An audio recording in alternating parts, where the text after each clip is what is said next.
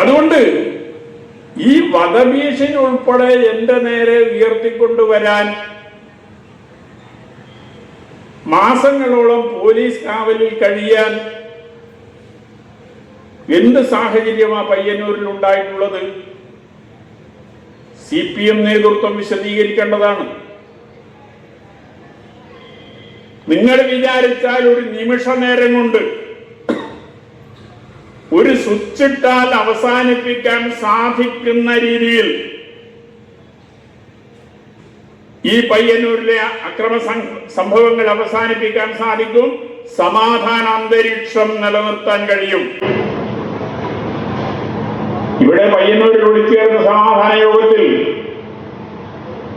CPM-ന്റെ പ്രതിനിധി ഞങ്ങളുടെ ഭാഗത്ത് നിന്ന് ഇനി അക്രമ സംഭവങ്ങൾ ഉണ്ടാകില്ല എന്ന് പറയുകയുണ്ടായി.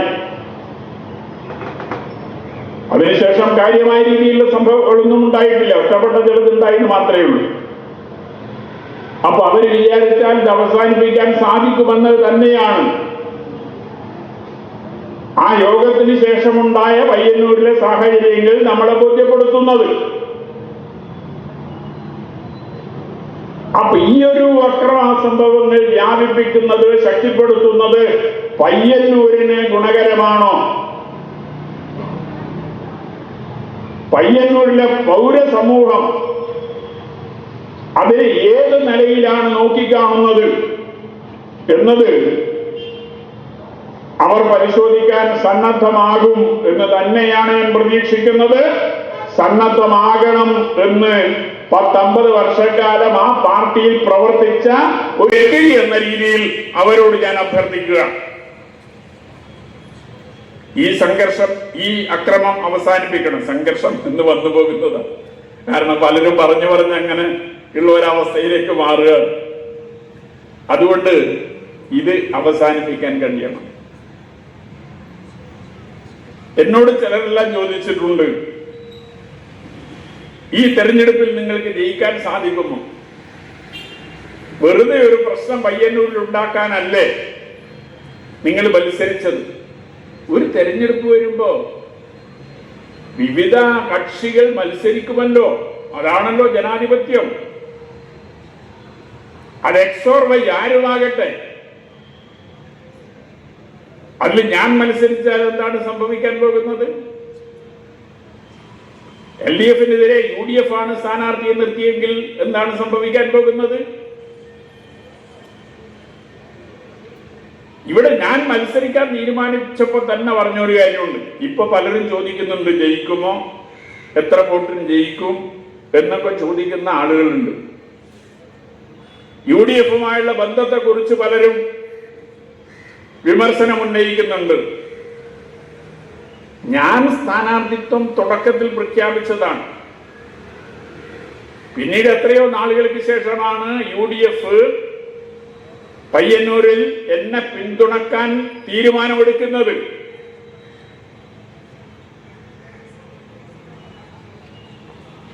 ആ നിലയിൽ പിന്നീട് യോജിച്ച പ്രവർത്തനങ്ങളുമായി തന്നെയാണ് മുന്നോട്ട് പോയത്. ഞാൻ സ്ഥാനാർത്ഥിയാകാൻ തീരുമാനിച്ചപ്പോൾ ജയിക്കുക എന്ന ഒരു ഉദ്ദേശമേ ഉണ്ടായിരുന്നില്ല. ഞാൻ പാർട്ടിക്കകത്ത് നടത്തിയ പോരാട്ടം സമൂഹത്തിലും തുടരേണ്ടതുണ്ട് എന്ന ബോധ്യത്തിന്റെ അടിസ്ഥാനത്തിൽ ആ പോരാട്ടത്തിന്റെ ഭാഗമാണ് എന്റെ സ്ഥാനാർത്ഥിത്വം. പക്ഷേ തെരഞ്ഞെടുപ്പ് പ്രവർത്തനവുമായി മുന്നോട്ട് പോയപ്പോ വലിയ നിലയിലുള്ള ആവേശം ഉണ്ടാക്കത്തക്ക വിധത്തിലുള്ള പ്രതികരണങ്ങളാണ് ജനങ്ങളുടെ ഭാഗത്ത് നിന്നുണ്ടായത്. എന്നാലും ജയിക്കും എന്ന വിശ്വാസമേ ഉണ്ടായിരുന്നില്ല, അങ്ങനെ ഒരു പ്രതീക്ഷയേ ഉണ്ടായിരുന്നില്ല. പക്ഷെ പോളിംഗ് കഴിഞ്ഞ് പലരും പലരോടും രഹസ്യമായി പറഞ്ഞുകൊണ്ടിരിക്കുന്ന അഭിപ്രായങ്ങളിൽ പലതും ചെവിയിലെത്തിയപ്പോ, എന്റെ മാത്രമല്ല ഈ ഇരിക്കുന്ന പലരുടെയും ചെവിയിലെത്തിയപ്പോ CPM-നകത്ത് ഈ തെരഞ്ഞെടുപ്പിൽ അടിയൊഴുക്ക് അതിശക്തമാണ് എന്നതാണ് മനസ്സിലാക്കാൻ സാധിക്കുന്നത്. അതുകൊണ്ട് വിജയപ്രതീക്ഷ ഇപ്പോ തള്ളിക്കളയുന്നില്ല. വോട്ടെല്ലാം പെട്ടിയിലാണ്. അതുകൊണ്ട് അതേക്കുറിച്ച് ഇപ്പൊ പറയേണ്ട കാര്യമില്ല. 4-ാം തീയതി വോട്ടെണ്ണും, അതുവരെ നമുക്ക് കാത്തിരിക്കാം. ഏതായാലും കഴിഞ്ഞ തവണ 1,00,000 വോട്ടിന് ഇതേ വ്യക്തി ജയിച്ച മണ്ഡലമാണിത്. 1,00,000 വോട്ടിന് എതിർ സ്ഥാനാർത്ഥിക്ക് ലഭിച്ചതിനേക്കാൾ 6,000 വോട്ട് കൂടുതലായിരുന്നു ഭൂരിപക്ഷം. 44,000-ത്തിനടുത്ത് വോട്ടാണ് 2021 നിയമസഭാ തെരഞ്ഞെടുപ്പിൽ UDF സ്ഥാനാർത്ഥിക്ക് ഈ മണ്ഡലത്തിൽ ലഭിച്ചത്. LDF സ്ഥാനാർത്ഥി ജയിച്ചത് 50,000 വോട്ടിനടുത്ത് ഭൂരിപക്ഷത്തിനാണ്. അത്രയും വലിയ ഭൂരിപക്ഷം ലഭിച്ച ഈ മണ്ഡലത്തിൽ ആ ഭൂരിപക്ഷത്തിൽ ഒരു 10,000 വോട്ട് അല്ലെങ്കിൽ ഒരു 20,000 വോട്ട് കുറഞ്ഞാൽ തന്നെ അത് ആ സ്ഥാനാർത്ഥിയുടെ ഒരു പരാജയമായി നമുക്ക് കണക്കാക്കാൻ സാധിക്കുന്നതാണ്.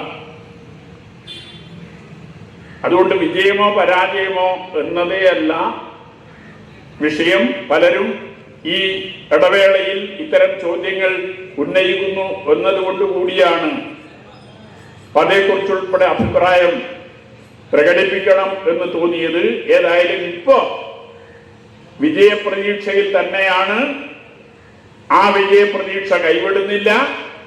എണ്ണിക്കഴിയുമ്പോൾ നമുക്ക് ചിത്രം വ്യക്തമാകും എന്നതാണ് അതേക്കുറിച്ച് സൂചിപ്പിക്കാനുള്ളത്. അങ്ങനെ എങ്ങാൻ സംഭവിച്ചു പോയാൽ പയ്യന്നൂരിലെ അക്രമ സംഭവങ്ങളുടെ അവസ്ഥ, ക്രമസമാധാനത്തിന്റെ അവസ്ഥ എന്താകും എന്നത് കൂടി നമ്മൾ ചിന്തിക്കുന്നത് നന്നായിരിക്കും. അതുകൊണ്ട് CPM നേതൃത്വത്തെ ഉപദേശിക്കാൻ കഴിയുന്ന എല്ലാവരും, സമാധാനം ആഗ്രഹിക്കുന്ന പയ്യന്നൂരിലെ പൗരസമൂഹം എല്ലാവരും ആ പാർട്ടിയോട് ഈ അക്രമ പ്രവർത്തനങ്ങളിൽ നിന്ന് പിന്തിരിയാൻ ആവശ്യപ്പെടണം എന്നുകൂടി ഈ സന്ദർഭത്തിൽ അഭ്യർത്ഥിക്കുകയാണ്. ഒരു പോരാട്ടത്തിന്റെ ഭാഗമായി എനിക്ക് പിന്തുണ പ്രഖ്യാപിച്ചുകൊണ്ടൊരു പ്രകടനത്തിൽ പങ്കെടുത്തു എന്നതിന്റെ പേരിലാണ് പ്രസന്നന്റെ ബൈക്ക് ഇരുട്ടിന്റെ മറവിൽ സാമൂഹ്യദ്രോഹികൾ കത്തിച്ചത്.